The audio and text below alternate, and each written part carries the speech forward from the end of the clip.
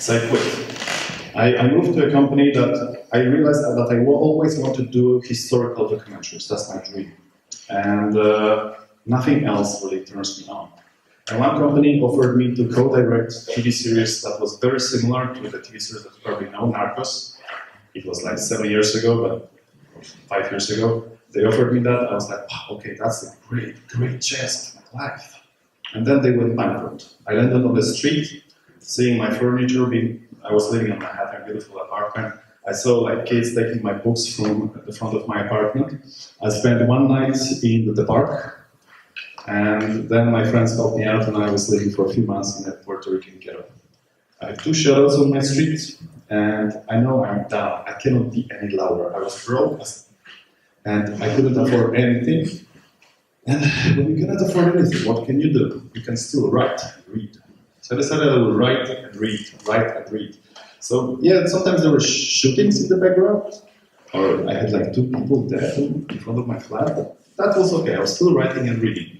At some point, things went so dark that I had to move back to Poland, and I literally thought I would die. I felt so ashamed because I had nothing. I had huge debt. I was living here broke, no job, no faith.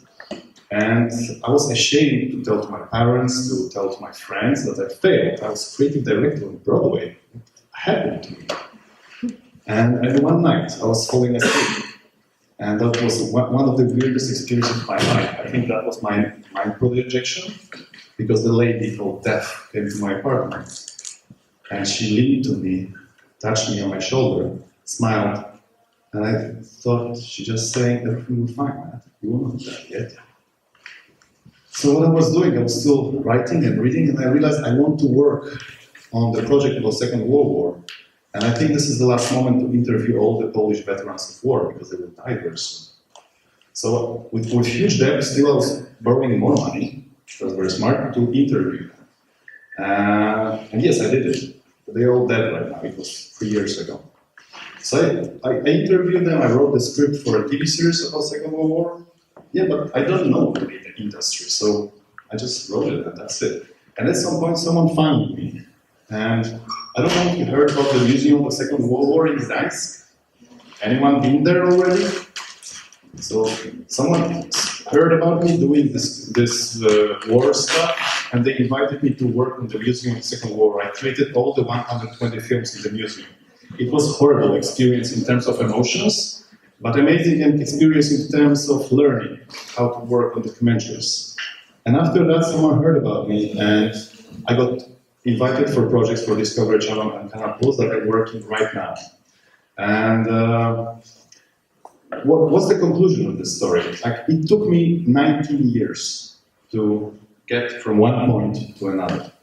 And I'm not still in the point where I really want to be. I'm still moving forward, and I'm not really satisfied. But the question, what is a talent? I believe that talent is consisting of 3 elements: skills, faith, and time.